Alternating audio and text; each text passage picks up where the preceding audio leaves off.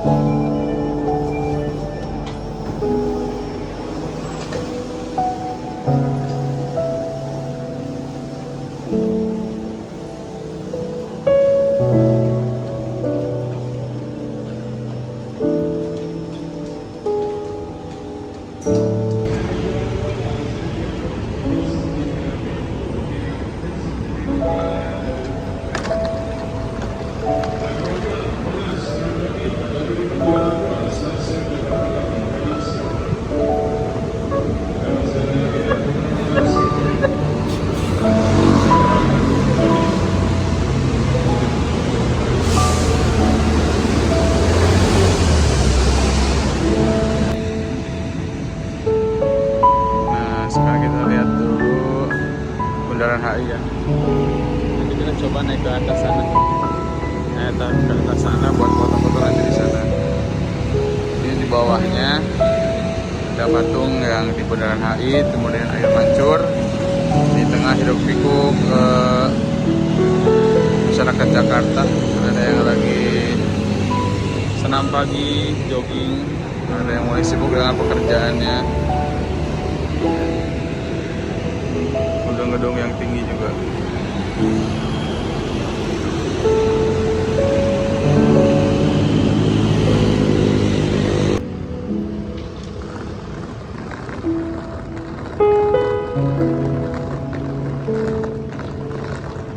Yeay, akhirnya kita sampai juga di Monas. Tapi ini lagi ada pembangunan, nggak tahu. Gratis coy, masuk sini. Alhamdulillah. Nanti kita explore ada apa aja sih di Monas. Sambil kita foto-foto. Nah, di sini ada papan arahnya. Di sini pintu masuk Monas, antrian kereta, kuliner tuh sebelah sana tuh banyak tuh di belakang. Terus parkir, gerbang barat. Nah, ini tamannya. Kita coba duduk dulu istirahat. Sekarang jam 7 lebih 30-an lah ya. Nah, ini informasinya Monas. Monas itu monumen nasional. Nah, sini ada Istana Negara. Istana Negara itu di sebelah sana di ujung. Kemudian masuk Tugu Monas, Masjid Istiqlal. Ya, kalau sempat kita ke Istiqlal juga. Nah, ini tamannya asri, bersih, enak juga buat duduk-duduk. Kita duduk-duduk dulu di sini guys.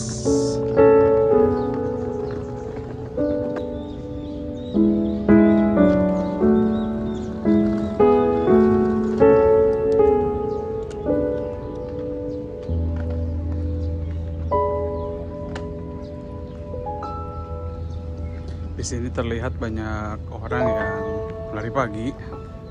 Ya, kita masuk dari pintu sebelah barat ya. Jadi matahari itu sebelah sana. Jadi cahayanya itu apa ya? Belakangi Monas gitu. kayak gini aja. Monas udah.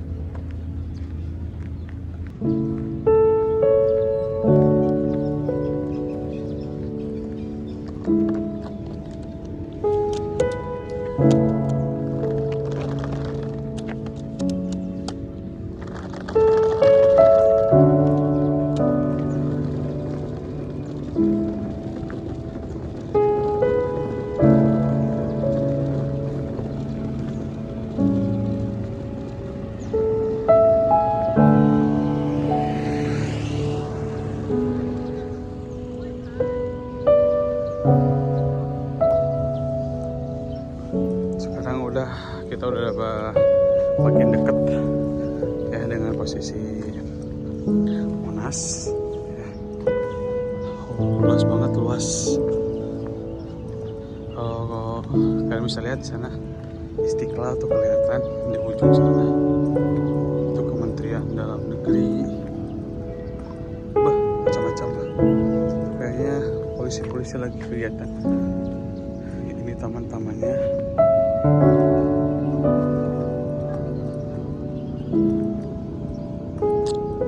Mau naik tapi harus bayar, tapi nggak tahu berapa gitu bayarnya.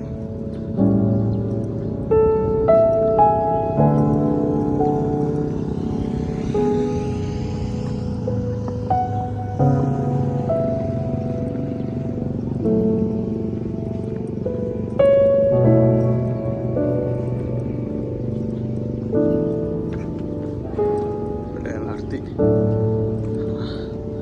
Itu pintu masukin di bawah. Katanya itu emas asli, nggak tahu berapa. Coba kalian lihat di Google berapa kilo emas asli yang ada di pucuk Monas, Monumen Nasional, tengah-tengah kota Jakarta.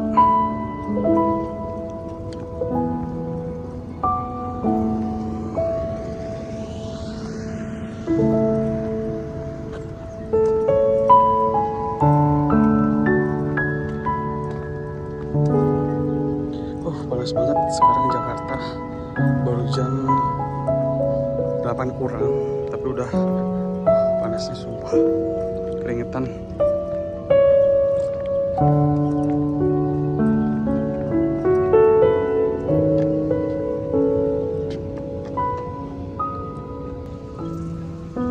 Itu akses buat masuk ke Monas ya, tapi kayaknya masih dipagar gitu ya.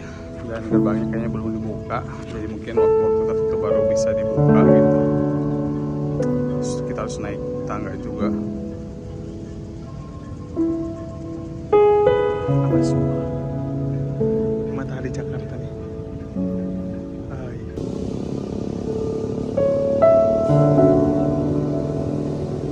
Di sana juga ada tempat untuk olahraga ya, kayak basket, main bola, futsal. Tuh terlihat di sana ada anak-anak yang lagi main bola gitu.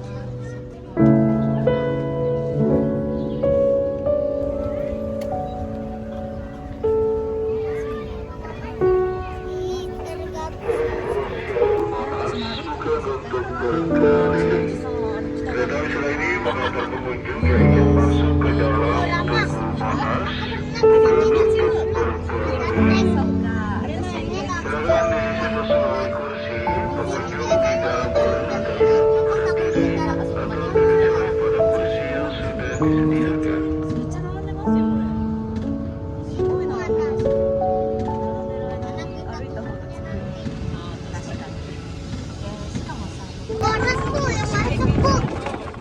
Monas.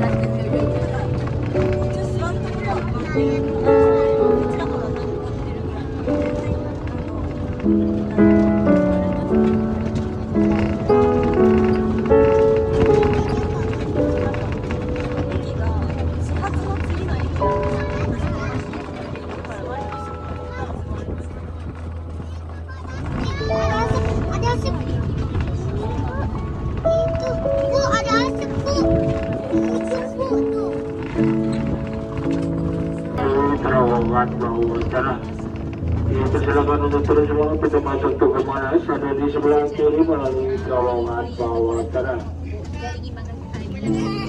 Saya kembali para anda jangan sampai tertinggal atau terjatuh di dalam mobil tersebut. Saudara-saudara bisa anda berangkat turun dan selamat berkunjung untuk pemandangan nasional.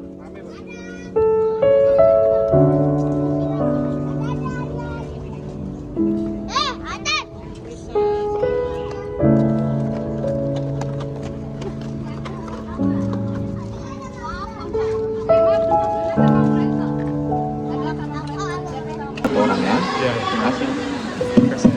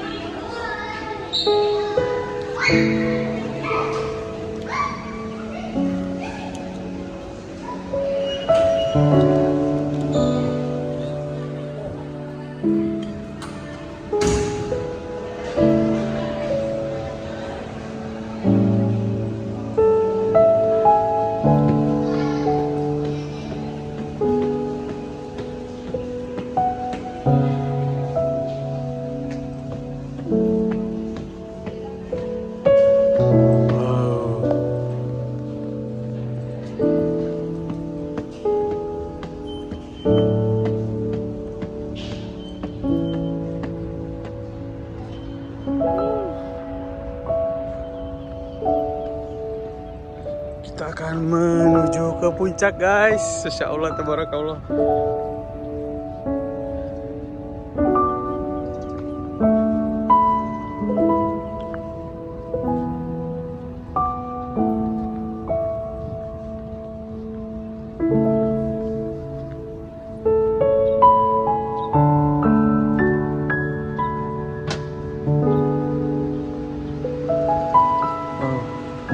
Ini kita lagi ada di bawah Monas.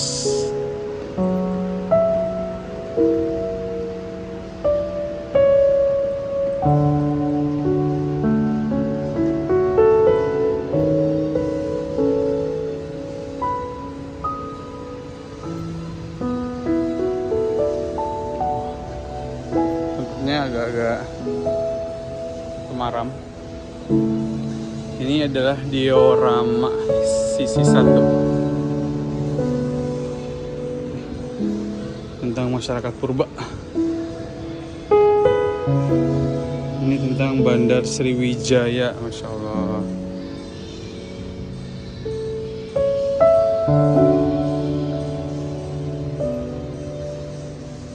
Ini proses pembuatan Candi Borobudur. Borobudur didirikan oleh Raja Samaratungga dari keluarga Sailendra dengan bantuan sumbangan para penganut agama Buddha secara gotong royong. Keseluruhan bangunan berbentuk stupa raksasa dan mencerminkan alam semesta. Wah, ditarik. Ini Bendungan Waringin Sapta.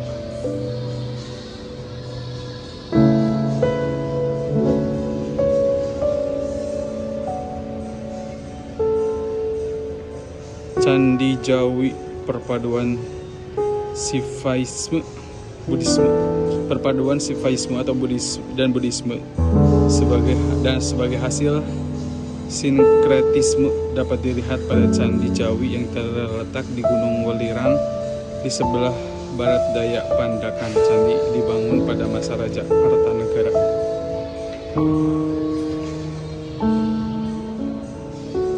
Nah, ini adalah gambaran Sumpah Palapa. Ada yang tahu siapa namanya? Itu yang di sana. Itu adalah Panglima Gajah Mada. Nah, ini adalah armada perang Majapahit. Konon katanya ini adalah armada perang terbesar pada zamannya, bahkan mengalahkan armada-armada perang dari daerah Eropa. Makanya Indonesia itu disebut sebagai dengan istilah nenek moyangnya adalah seorang pelaut memang, karena kapal Indonesia itu kapalnya besar-besar. Ini utusan Cina ke Majapahit, dibuat diorama. Ini peranan pesantren dalam penyatuan bangsa, masya Allah ya. Kiai ulama pada zaman dahulu selain menyebarkan agama Islam juga mereka menyatukan negara Republik Indonesia. Nah, ini adalah pertempuran pembentukan Jayakarta. Pertempuran di laut ya, seperti itu, masya Allah. Nah, ini adalah armada dagang Bugis, kapal Bugis. Ini adalah perang Makassar, di Makassar tuh. Lawan siapa ini? Penjajah.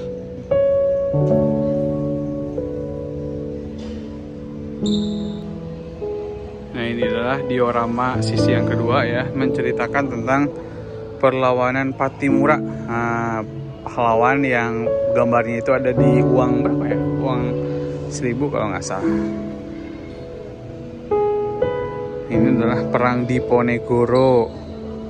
Ada yang bisa nebak di mana perang Diponegoronya? Ya, itu ya, yang pakai baju putih. Kemudian ini adalah perang Imam Bonjol, masya Allah.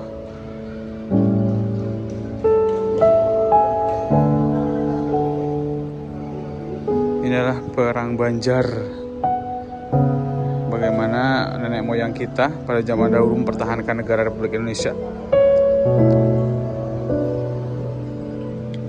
Kemudian ini adalah perang Aceh. Perang Aceh ya, menolak Belanda. Dia ingin menguasai Nusantara karena Indonesia adalah negara yang sangat kaya. Ini perlawanan Sisingamangaraja. Beliau yang pakai kuda besar.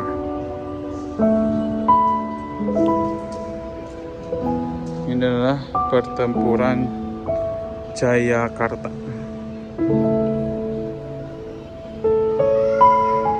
Jagaraga, maaf. Ini adalah tanam paksa. Tanam paksa ini pada zaman Belanda disebut dengan kerja apa? Kerja rodi ya, kerja rodi. Kalau zaman Jepang Romusa. Kegiatan gereja Protestan dalam penyatuan agama. Nah, agama Protestan juga ya, karena Indonesia itu adalah negara NKRI ya. Semua agama, 6 agama yang diakui di Indonesia.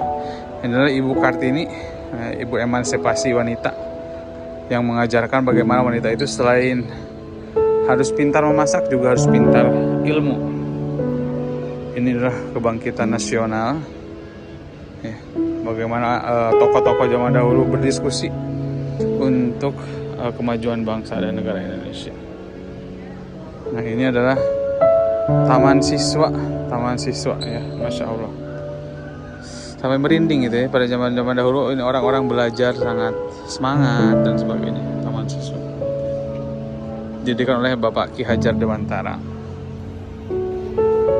Kita kembali ke diorama 3. Ini adalah tentang Muhammadiyah, salah satu organisasi besar yang ada di Indonesia ya, yang didirikan oleh siapa?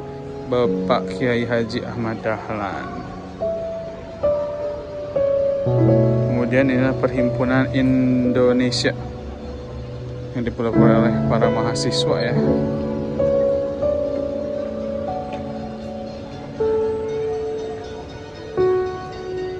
Stovia, Sekolah Dokter Bumi Putra.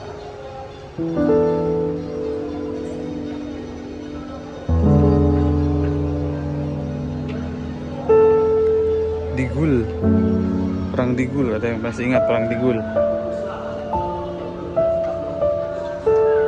Sumpah Pemuda nih ya, diorama peristiwa Sumpah Pemuda, 3 butir Sumpah Pemuda ya. Nah, ini kerja paksa pada zaman Jepang ya. Tadi kerja di zaman Belanda, sekarang zaman Jepang. Ini pemberontakan peta di Blitar. Masya Allah, inilah yang apa ya, momentum yang sangat penting bagi Indonesia ketika pembacaan teks proklamasi oleh Bapak negara Indonesia, yaitu Bapak Insinyur Soekarno-Hatta.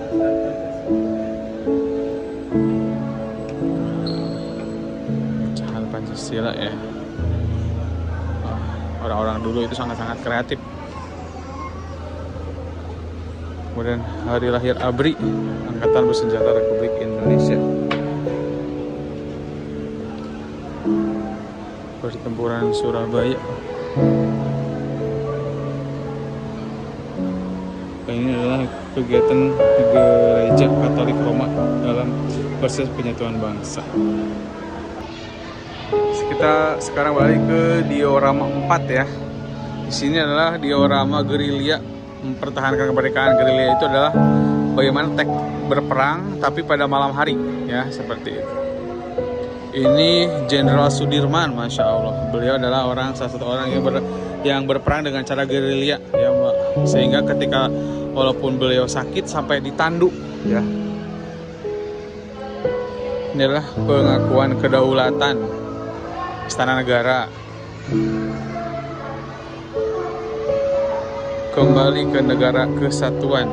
Nah, tadi yang terpecah-pecah Sumatera, Kalimantan dan sebagainya akhirnya dikembalikan menjadi satu kesatuan, yaitu Negara Republik Indonesia.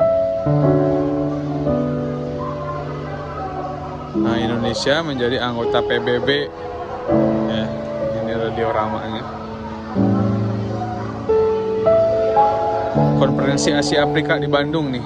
Nah, yang ke Bandung nanti pasti lihat Asia Afrika. Nah, ini adalah pemilihan umum pertama ya, ataupun pilpres mungkin ya, zaman dulu yang pertama. Ini adalah pembebasan Irian Jaya ya.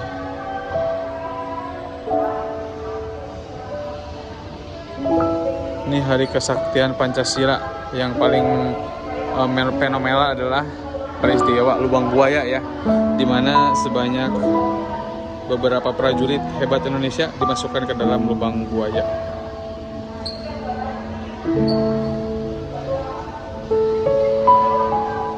Ini aksi Trituntas Rakyat ya di sekitar Monas ini ya.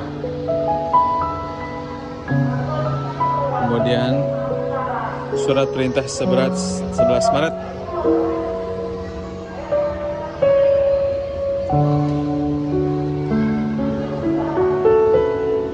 Dan ini yang terakhir adalah penentuan pendapat rakyat Irian Jaya.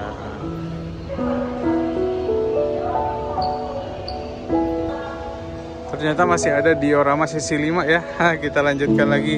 Sebelah sini adalah konferensi tingkat tinggi atau KTT ke-10 negeri non-blok Indonesia masuk ya, dengan terdiri dari 8 negara.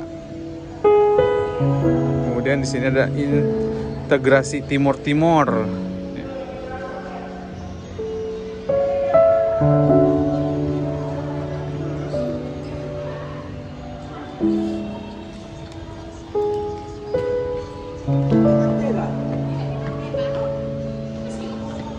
Nah, sekarang kita akan pergi ke Museum Sejarah Nasional.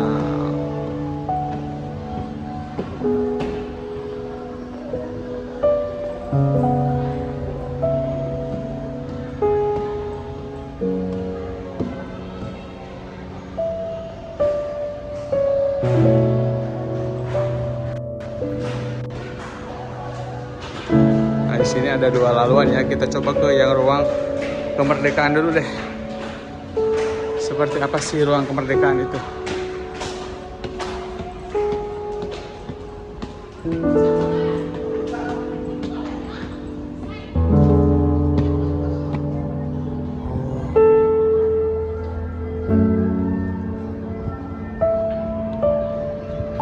Oh, ini view dari atas nih.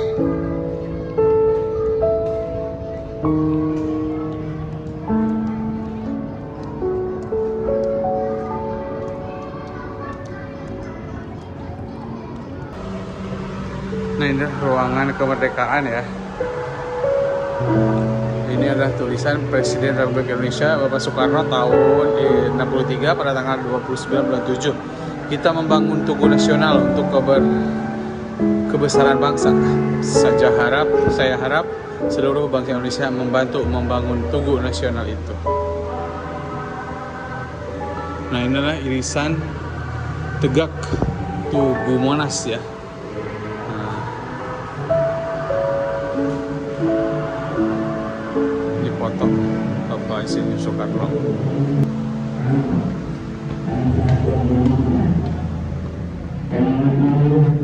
Menyatakan kemerdekaan Indonesia.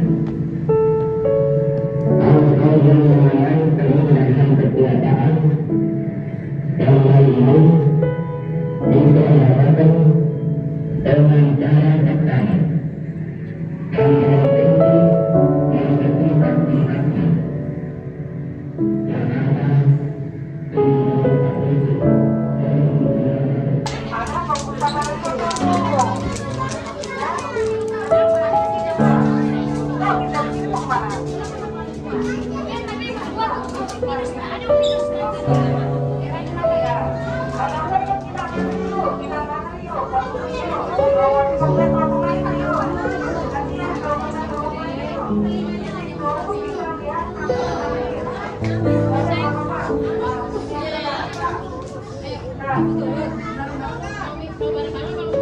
Mohon maaf kalau nggak kelihatan Jakarta polusi guys. Itu bukan kabut, itu polusi itu. Wah, kita ada di puncak Monas ya, puncak Monas.